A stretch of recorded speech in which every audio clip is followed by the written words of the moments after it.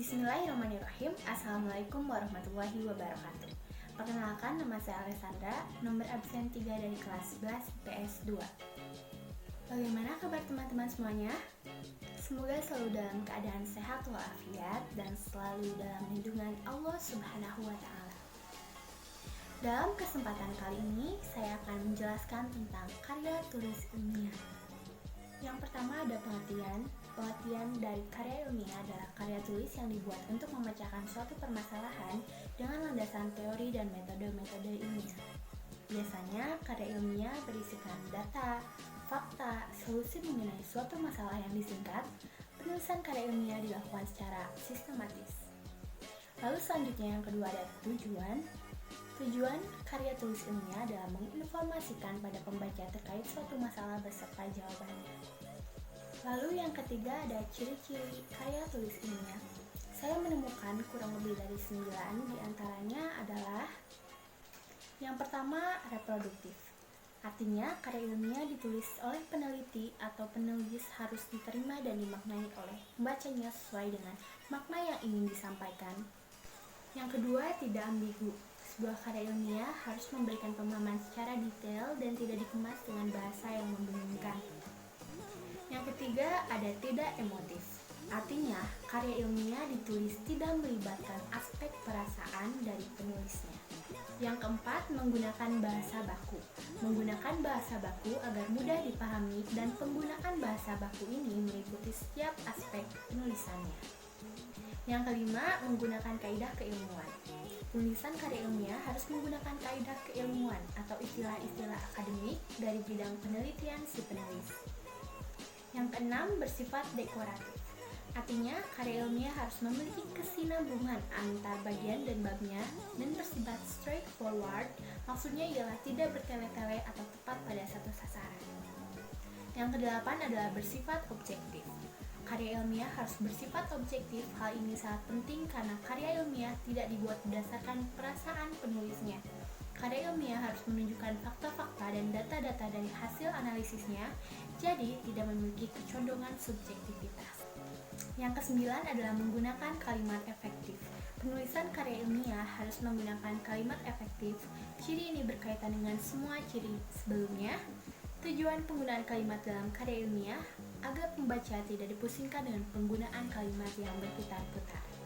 Yang keempat ada macam-macam karya tulis ilmiah. Di sini saya menemukan ada 6 macam karya tulis ilmiah dan diantaranya adalah yang pertama ada makalah. Seperti yang kalian ketahui, makalah merupakan karya ilmiah yang menyajikan sebuah masalah yang penyelesaiannya mengandalkan berbagai macam data yang ada di lapangan. Yang kedua ada artikel, yaitu karya tulis yang sengaja dirancang untuk dimuat dalam jurnal ataupun kumpulan artikel yang dibuat dengan memperhatikan kaidah penulisan ilmiah dan mengikuti pedoman ilmiah yang berlaku. Yang ketiga ada skripsi. Skripsi merupakan karya ilmiah yang dibuat oleh mahasiswa untuk bisa mendapatkan gelar sarjana S1. Yang keempat ada kertas kerja.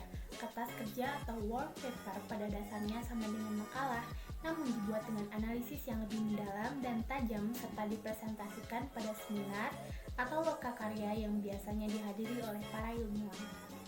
Lalu yang kelima ada paper. Paper adalah sebutan khusus untuk makalah di kalangan mahasiswa dalam kaitannya dengan pembelajaran dan pendidikan sebelum menyelesaikan jenjang studi diploma, S1, S2, dan S3. Dan terakhir yang keenam ada tesis. Tesis adalah karya tulis ilmiah mahasiswa untuk menyelesaikan program studi S2 atau pasca sarjana yang bersifat lebih mendalam dibandingkan dengan skripsi.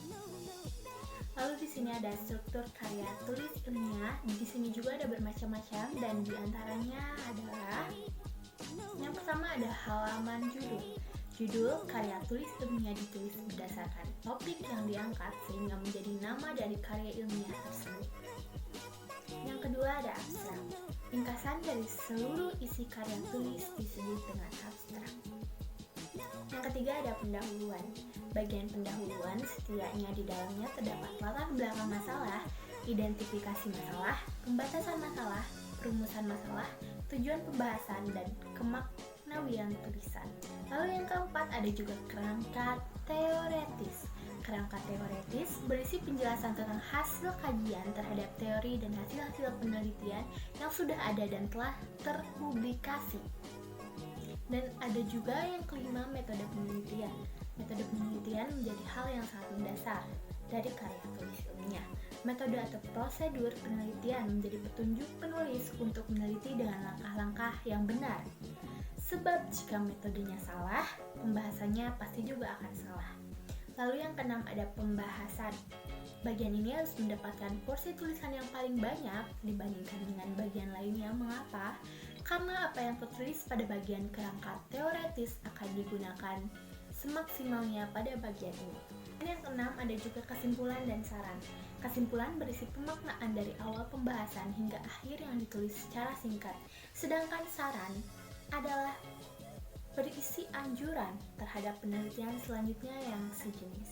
Dan yang terakhir, tidak lupa ada daftar pustaka. Karya tulis ilmiah wajib menyertakan sumber karena jika tidak akan dianggap sebagai plagiarisme. Baik, sekian dari apa yang saya jelaskan di video pembelajaran tadi. Saya akan menyimpulkan bahwa dari pembahasan tersebut, karya tulis ilmiah yaitu suatu tulisan yang berisi hasil kegiatan penelitian yang membahas suatu permasalahan dan hasil pemecahan masalah tersebut. Permasalahan dan pemecahannya berdasarkan pengamatan, penyelidikan maupun pengumpulan data dengan teknik tertentu dan ditulis dengan bahasa yang baku. Terima kasih yang sudah menonton video pembelajaran saya. Mohon maaf apabila banyak kesalahan. Wabillahi taufiq wal hidayah. Wassalamualaikum warahmatullahi wabarakatuh.